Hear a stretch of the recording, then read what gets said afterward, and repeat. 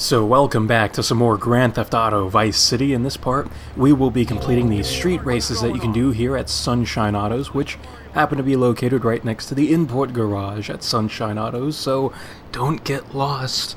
But anyways, you need to do these in order to get 100% in this game, so tough tater tots to those of you who thought you can get out of doing races in this game, which I quite enjoy these races, especially in this game because of how small Vice City's map is, so the formula of these races works out very well, I think, because the way it works is that when you select a race to do at that map screen back there at Sunshine Autos, you're not instantly teleported to where the race begins like how you would be in San Andreas, for example. So it's kind of like a mission in a way. You'll have a mini marker appear on your map, and then you'll actually have to drive there to the race's beginning point.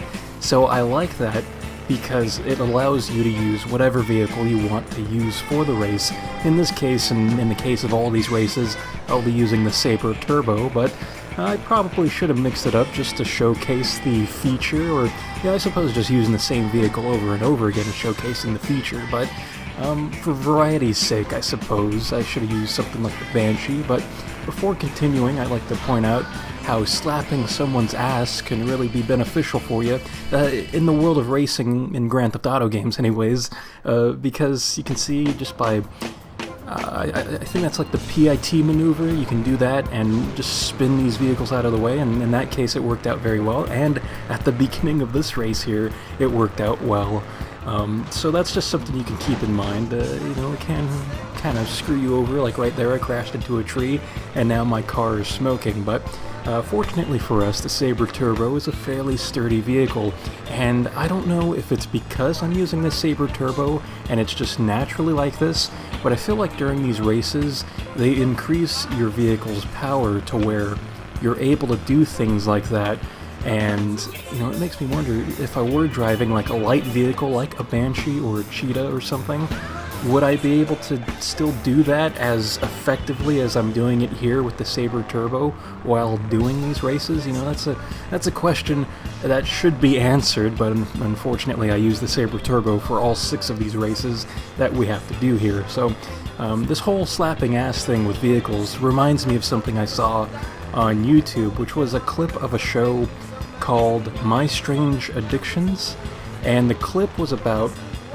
it was about this dude who's in a gay relationship with his vehicle, and it's just like I'm making jokes here, but that's something that actually happened. Someone really slapped ass with their vehicle, with their own car. It's crazy, but I was just reminded of that right now. But anyways, we're moving pretty smoothly through these races, and I think they only get easier as you progress through these 6, because the first one I think is the most difficult because it's such a small track, which would be by the airport, and there's just a bunch of turns and whatnot. There's no real straightaways going on, so it's difficult to catch up back to, I suppose, wherever you screwed up at. So it's hard to gain the ground that you lost by screwing up if you do screw up. So that's something to kind of focus on, to really not screw up during that race, because this goes back to the whole you're not teleported to the beginning of where the race starts thing, because that means that for every time you fail, you have to drive back on over to where the race begins. So if you keep failing a race, that'll become a bit of a pain in the ass for you. So I really don't know what else to say outside of doing the Sunshine Autos asset and getting your hands on this Sabre Turbo. And by doing that, I mean the import garage at Sunshine Autos. I'd recommend doing that and completing that before doing these races, so you have a vehicle like this available to you. But if you're a bit more skilled or confident in your abilities, well, hell, go for whatever vehicle you want. Maybe you want to self-challenge yourself and use something like the Stallion. I think that'd be pretty cool too, to use a slower vehicle. And, again, another idea that I should have gone through with or thought of before recording these races, but what can you do, I suppose. But we've kind of reached the more rambly side of this video, so I'd like to talk about the music in this game. And, looking back on it, I really don't think I made it a point to talk about the music, or the soundtrack, I should say, in Grand Theft Auto 3 or San Andreas. And, it's a bit of a shame because those games have great soundtracks. Well, Grand Theft Auto 3 maybe not so much, because a lot of people like it for its meme status and things like Flashback FM that have the Scarface soundtrack, like She's Hot Tonight, and things like that. And it's one of those situations, I think, where it's so bad it's good. But things like Chatterbox FM, Lips 106, those are quality things to listen to. But moving forward here to Vice City, though, they really just go balls to the wall with the soundtrack, and I wish that they had some Police or B-52s, popular 80s bands thrown into the mix here. But I'm not going to be overly nitpicky with them because, again, Vice City came out a year after Grand Theft Auto 3 came out, so it's hard to fault them on the little things because they had such little time to get this game out. And it makes me wonder if they were forced to get this game out in a year, or what was the case. I'd love to know more about that, but besides that, I should point out that, funnily enough, because I'm hyping up the soundtrack to this game, I actually wasn't listening to the soundtrack when I was doing these races, mainly because I wanted a continuous playlist, because the radio stations here have commercials and whatnot, and there are some songs that you might not like.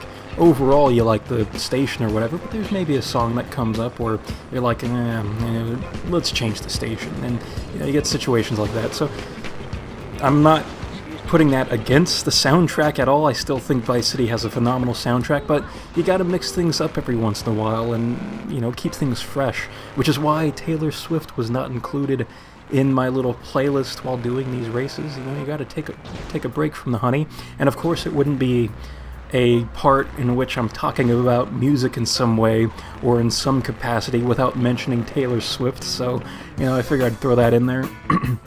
But for the playlist, I was just listening to what you're hearing in the background, the Police, the B-52s, and it was very enjoyable just going through these races, driving from Sunshine Autos to the starting points of these races. It was a lot of fun. It really puts you into the experience, which I think is a very important thing, to be listening to something that just gets you so into the race. And there are other factors that I'll mention a bit later during the last race that I think can really up the experience of doing these races.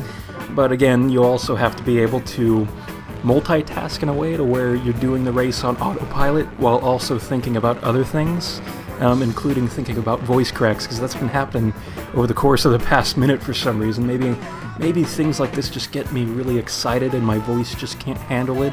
I really don't know, but it's kind of funny to me. But the thing about it is that San Andreas also has a fantastic soundtrack too, which I think I like more than Vice City's.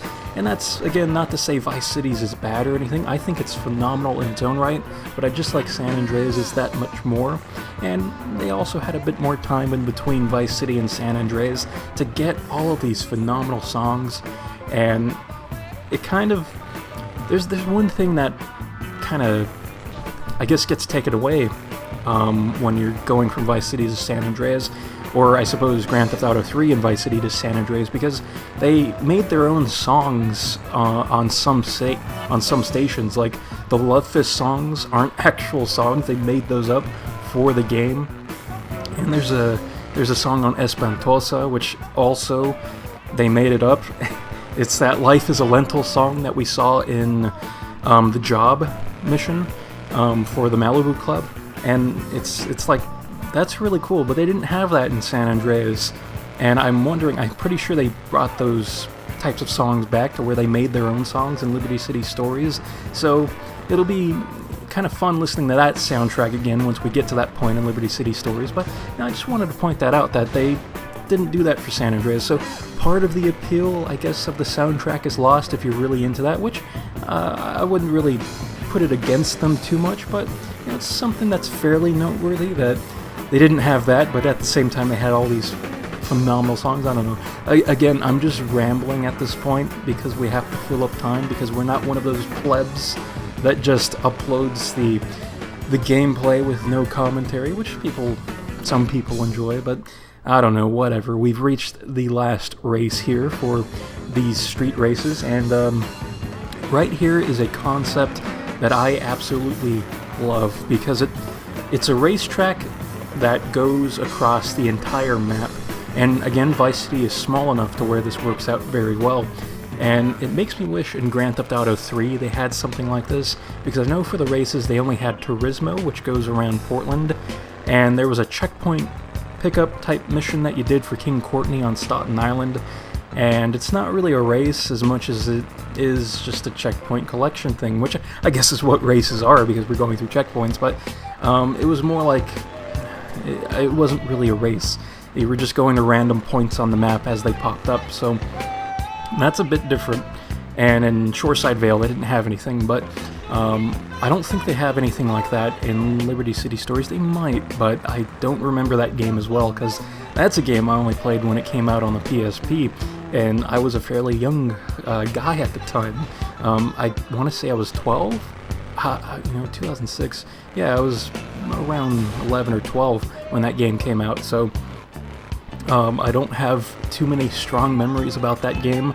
Not that it's a bad game or anything, I really did enjoy it, but I didn't do a lot of the bonus stuff in that game. I never beat it 100%, so I don't know about the races in that game, but I'm hoping that there's a race that involves the entire map of Liberty City. That'd be so cool. But here in Vice City, you get this with this race, and in San Andreas, you get it with, I think it's 2 races, Los Santos to San Fierro, and then San Fierro to Las Venturas, which are literally what the races are called, except they're abbreviated, so for those of you who are overly pedantic, I guess they're not exactly called what I said, they're called by their abbreviated versions, but anyways, I really enjoy a race like this because it allows you to kind of sink in the experience of the protagonist, or, I should say, what the protagonist has done up to that point of doing the race. It allows you to sink in all of those different experiences. So, in the case of Tommy here, we've driven through the first island, Vice City East, and you kind of get a feeling of retrospectiveness in which you're just kind of sinking in all of the different missions that you did on this island, and just thinking about how you were progressing through this island with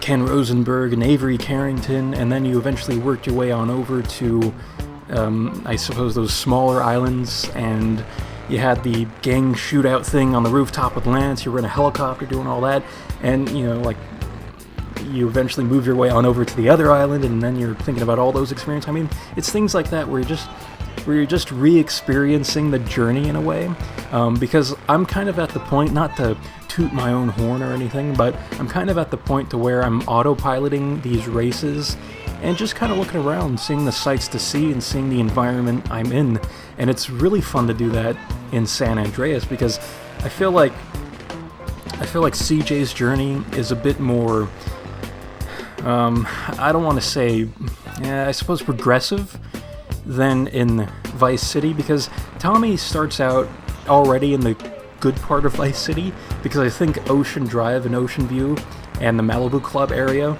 are a lot nicer than the second island that you unlock in Vice City. It's almost like you're downgrading in a way, because you're spending time in Little Haiti and Little Havana taking over the city. And that's also what you're doing, you're taking over the city once you reach the second island, so it's a bit different with CJ, in which you can really apply what I've been talking about for the past couple minutes to, I suppose, the race. And it's like you start out in the slums of Los Santos, in the ghettos, I should say, and you eventually work your way up and you see kind of what's really happening in Los Santos, in which your buddies are actually your enemies and they're kind of screwing over Grove Street and whatnot, and then eventually things get thrown for a twist and you're out in the countryside. Just like during the race, you go out into the countryside and you re-experience your time with Crash, and then you eventually work your way up doing races in that game with Woozy Moo, and then you eventually work your way to San Fierro, and it's just, it's a lot of fun just kind of applying that viewpoint to a race like this.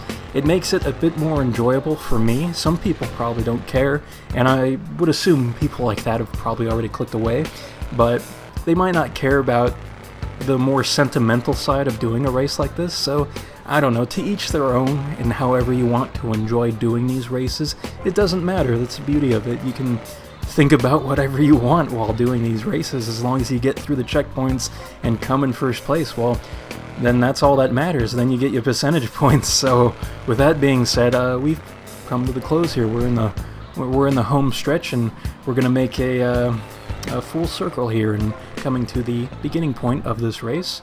And we have won $40,000. Lots of big money here, and that's fantastic stuff. Not that we have any more assets to unlock or anything, but it's kind of cool seeing big numbers like that just being added to our money account. And not to toot my own horn again or anything, but kudos to me for not crashing during that long race. I'm pretty proud of that, actually. That's pretty cool. But anyways, in the next part, that completes this part. In the next part, we'll be doing Mr. Blake's assassination missions. So until then, I will see you next time.